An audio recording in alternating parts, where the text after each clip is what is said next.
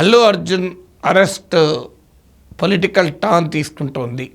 సహజం, అల్లు అర్జున్కున్న పాపులారిటీ రీత్యా, అల్లు అర్జున్ అరెస్ట్లో ఉన్న సెన్సేషనల్ యాంగిల్ రీత్యా అది పొలిటికల్ టర్న్ తీసుకుంటోంది. అల్లు అర్జున్కు మద్దతుగా అల్లు అర్జున్ అరెస్ట్ను ఖండిస్తూ బీజేపీ, బీఆర్ఎస్ స్పందించింది. వైఎస్ఆర్ కాంగ్రెస్ నాయకుడు మాజీ ముఖ్యమంత్రి జగన్మోహన్ రెడ్డి కూడా అల్లు అర్జున్ అరెస్టును తీవ్రంగా ఖండించాడు. బీజేపీ వాదన ఏంటో ఆ పార్టీ ఎమ్మెల్యే రాజా సింగ్ మాటల్లో మీరు చూడండి. तेलंगाना के प्रसिद्ध एक्टर अल्लू अर्जुन जी को अभी तेलंगाना पुलिस ने अरेस्ट किया है। अरेस्ट किस जुर्म किया है, जिस प्रकार से पुलिस बता रही है, सभी लोग हैरत है। यहाँ बताया जा रहा है कि अल्लू अर्जुन ने जो पुष्पा 2 जो मूवी थी उसके प्रमोशन के लिए संध्या थिएटर आने का इंटीमेशन हमें नहीं दिया, जिसके कारण हजारों की संख्या में भीड़ जम गई थिएटर के सामने और भगदड़ में एक महिला का देहांत हो गया और एक बच्ची भी सीरियस कंडीशन में आ गई थी। इस प्रकार से तेलंगाना पुलिस कह रही है। इसीलिए संध्या थिएटर के ओनर के ऊपर एफआईआर किया गया और हीरो हीरोइन के ऊपर भी एफआईआर किया गया। तो अभी संध्या थिएटर के जो मालिक है उन्होंने एक लेटर अभी इशू किया। संध्या थिएटर के मालिक का ये कहना है कि हमने अल्लू अर्जुन और हीरो हीरोइन डायरेक्टर सभी लोग आने वाले हैं, ऐसे हैदराबाद सीपी कमिश्नर को ऑलरेडी लेटर दे चुके थे, इंटीमेशन दे दिया गया था। इंटीमेशन देने के बाद में अगर पुलिस फोर्स व्यवस्था के लिए नहीं आती है तो किसकी गलती है? मैं आज मुख्यमंत्री रेवंत रेड्डी से पूछना चाहता हूँ, क्या हीरो की गलती है, क्या हीरोइन की गलती है, किसकी गलती है? मुख्यमंत्री जी आप बताइए।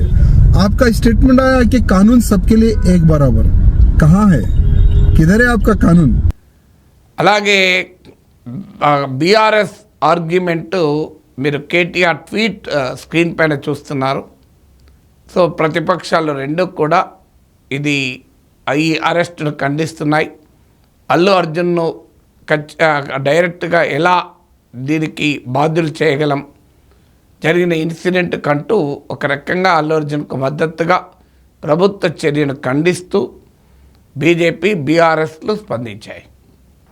ఇక సహజంగా కాంగ్రెస్ పార్టీ సమర్థించుకుంటుంది, చట్టం తన పని తాను చేసుకుంటూ వెళ్తుంది, ఇందులో నా జోక్యం కానీ ఇంకెవరి జోక్యం కానీ ఉండదు అని ముఖ్యమంత్రి రేవంత్ రెడ్డి వ్యాఖ్యానించారు. కాంగ్రెస్ నాయకుడు మల్లు రవి ప్రభుత్వ వైఖరి, అధికార కాంగ్రెస్ వైఖరిని చెప్తూ ఏమన్నాడో చూడండి. लगातार ये कह रही है कि ये जो लॉ एंड ऑर्डर की सिचुएशन है उसे संभालने की जिम्मेदारी कांग्रेस की है, क्या कहेंगे? Law will take its own course. But sir, BJP is saying law and order situation, controlling this situation is all over responsibilities is Congress, the government. How do you see? What do they mean by saying so? When the government, it is not the BJP who arrested Allu Arjun. It is under the government of the Congress party and Revanth Reddy is arrested as per the law. Then what do they want now? It is only to keep the law and order situation under control. It is being done. Not against individually. Congress party is not against Allu Arjun or his relations. Let BJP understand. They are not new to the government. They are running the government in central government. We are running the government in state government. So we are doing things as per the law in the larger interest of the people to maintain law and order. I accept that there is no personal grudge against. So ఇలా అధికారంలో ఉన్న వారము ఇది చట్టం తన పని చేసుకుంటూ పోతుంది అంటున్నారు. ప్రతిపక్షంలో ఉన్నవారు సహజంగానే ఖండిస్తున్నారు. ఇక ఇది చాలన్నట్లు సోషల్ మీడియాలో, పొలిటికల్ సర్కిల్స్లో కుట్ర సిద్ధాంతం చక్కర్లు కొడుతుంది. అల్లు అర్జున్ అరెస్ట్ వెనుక రాజకీయ కుట్ర ఉందా? Thumbnail question mark. సో దీని వెనకాల రాజకీయ రగడ జరుగుతుంది దీనిపైన అనేది కరెక్ట్. కానీ ఈ కుట్ర ఎందుకు జరుగుతుంది, మరి కుట్ర జరిగే అవకాశం ఉందా? మోహన్ బాబు జర్నలిస్టును కొట్టిన విజువల్స్ ఉన్నాయి, జర్నలిస్ట్ హాస్పిటల్లో ఉన్నాడు, మోహన్ బాబు అంగీకరించాడు కూడా.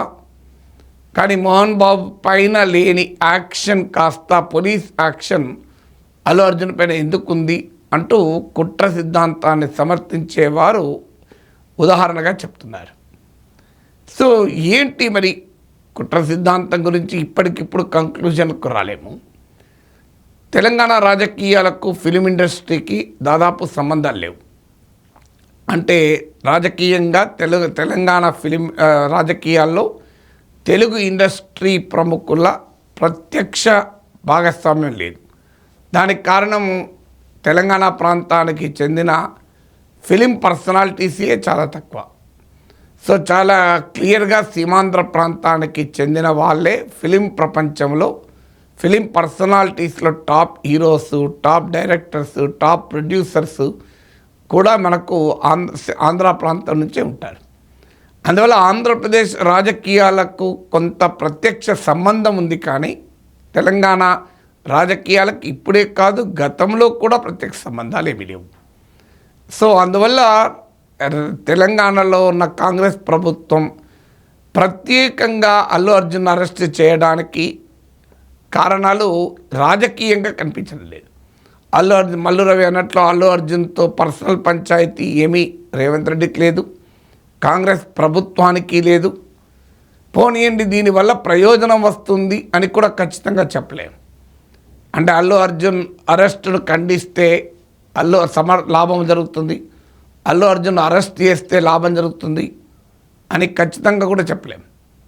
ఎందుకంటే దీనిపైన పబ్లిక్ ఒపీనియన్ కూడా డివైడెడ్గా ఉన్నట్లు కనిపిస్తోంది.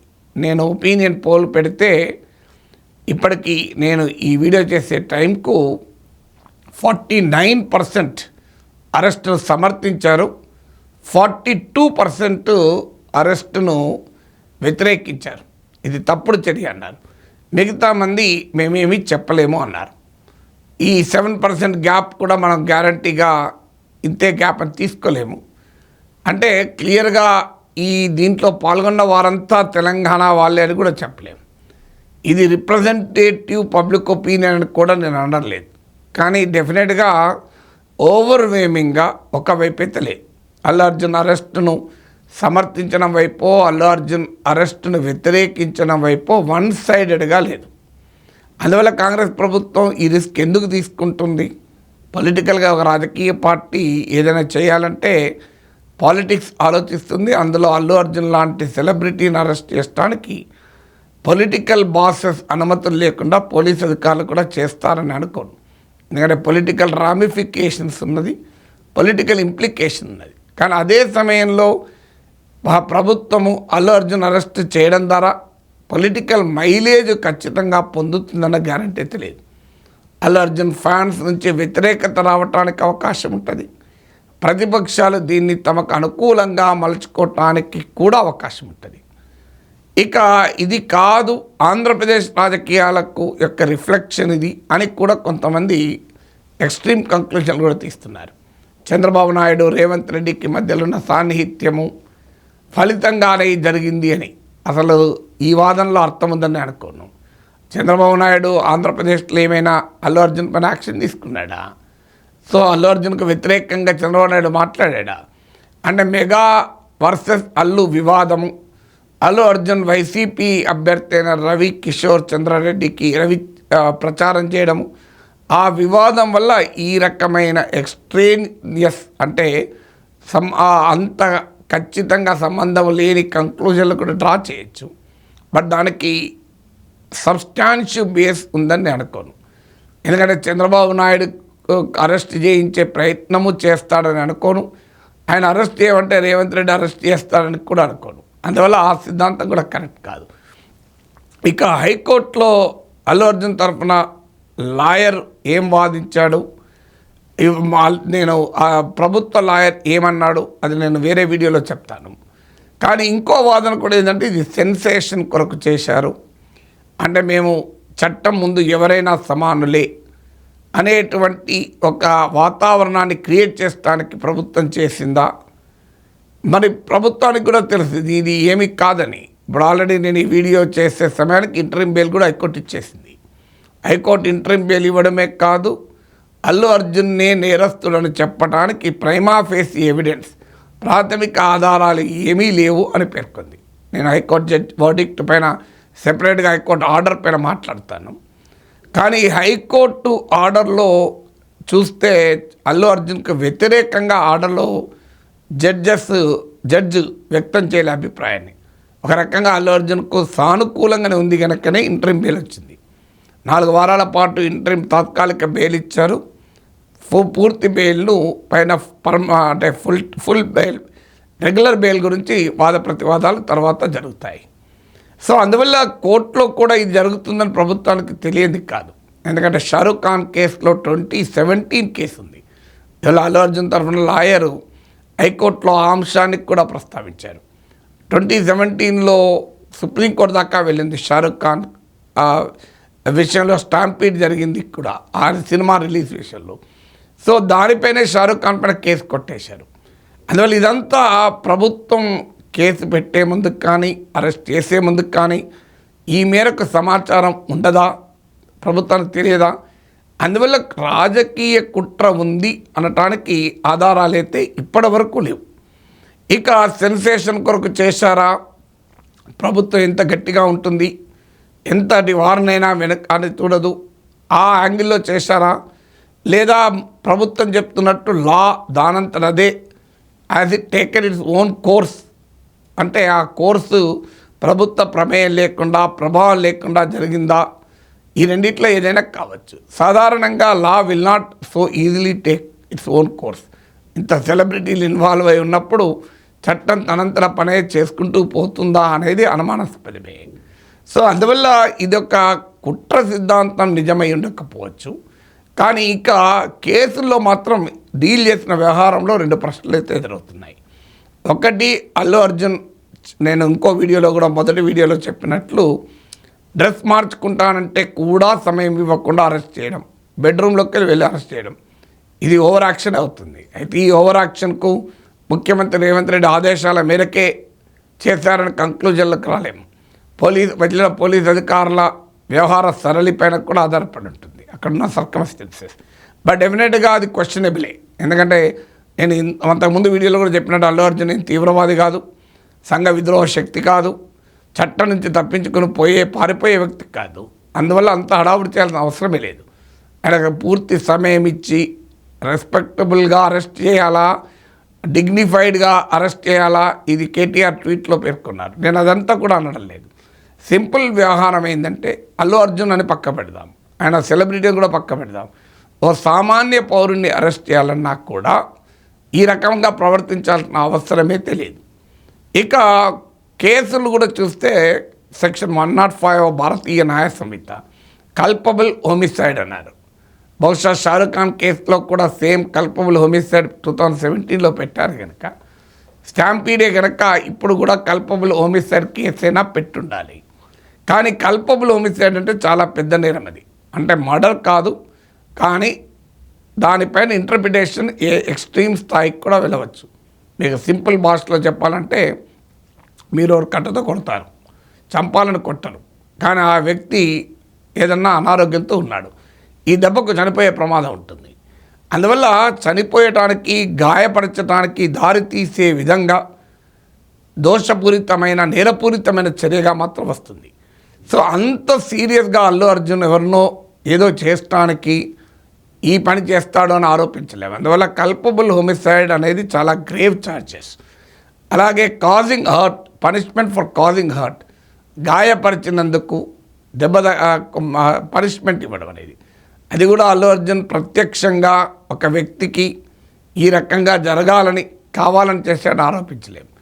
మ్యాక్సిమం అయితే నెగ్లిజెన్స్, ఎందుకంటే ఇలా ఘటనలు జరుగుతాయని తెలుసు కదా, కామన్ అండర్స్టాండింగ్ ఉంది కదా, తీసుకోవాల్సిన జాగ్రత్త తీసుకోలేదు, నిర్లక్ష్యం పాటించారనొచ్చు. నేరపూరిత నిర్లక్ష్యం అని కూడా కొన్ని సందర్భాల్లో కేసులు పెడతారు, క్రిమినల్ నెగ్లిజెన్స్. అయితే లాయర్ అనేది అల్లు అర్జున్ లాయర్ అనేది పోలీసులకు ఇన్ఫర్మేషన్ థియేటర్ యాజమాన్యం ఇచ్చింది అని రాజాసింగ్ కూడా అంటున్నాడు. మరి రాజాసింగ్ ఉన్న ఇన్ఫర్మేషన్ నాకు తెలియదు.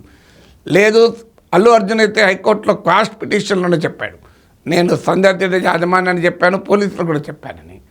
అందువల్ల ఈ కేసు తీవ్రతను పెట్టిన సెక్షన్లు మాత్రం ఆ స్థాయిలో సెక్షన్లు న్యాయమా అనే క్వశ్చన్ అయితే వస్తుంది. బట్ ఏదైనా సినిమా వాళ్ళు కూడా ఆలోచించాలి. సంధ్యా థియేటర్ అనేది చాలా తక్కువ స్పేస్ ఉంటుంది ఆర్టీసీ క్రాస్ దగ్గర. అది ఏం సెంటిమెంటో కానీ అక్కడికే వెళ్తూ ఉంటారు. తెలియదు వాళ్ళు అక్కడ జరుగుతుందని తెలుసు. అక్కడ చాలా తక్కువ స్పేస్ ఉంది, వేలల్లో జనం వస్తారని కూడా తెలుసు. అందులో పోలీసులు ఇంకో ఆర్గ్యుమెంట్ కూడా చెప్తున్నారు, ఒకవేళ అనుమతి ఉన్న సంధ్యా థియేటర్కి వచ్చడానికి బయట రోడ్ షో లాగా జరిపారు, అలా జరగడానికి అనుమతి లేదు కదా అని. మరి రోడ్ షో అనేది కావాలని జరిపారా? సహజంగానే రోడ్డు మీద అల్లు అర్జున్ కనబడితే షోనే అవుతుంది. నువ్వు రోడ్ షో జరపాల్సిన అవసరం లేదు. రోడ్డు మీద అల్లు అర్జున్ చూసిన తర్వాత షో కాకపోతే ఏమవుతుంది? అందువల్ల పోలీసుల వైఫల్యాన్ని కప్పుపుచ్చుకోవడానికే అల్లు అర్జున్ పైన సీరియస్ యాక్షన్ తీసుకున్నారా అంటే పోలీసుల వైఫల్యము వర్సెస్ అల్లు అర్జున్ ఆ నేరము అనే యాంగిల్ కూడా వస్తుంది. బట్ ఏదైనా ఇవన్నిటినీ రకరకాలుగా మనం విశ్లేషించుకోవచ్చు. ఇప్పటికైతే too early to come to any conclusion.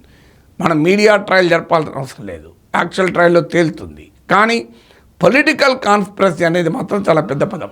Allu Arjun పైన రాజకీయ కుట్ర చేయాల్సిన అవసరము అధికారం ఉన్న వారికి ఉంటుందని అనుకోను. దానివల్ల ప్రయోజనం కూడా కాంగ్రెస్ పార్టీకి ఉండదు. అలాంటప్పుడు అట్లాంటి కుట్రలకు ఎందుకు పాల్పడుతుంది అనేది నా ప్రశ్న.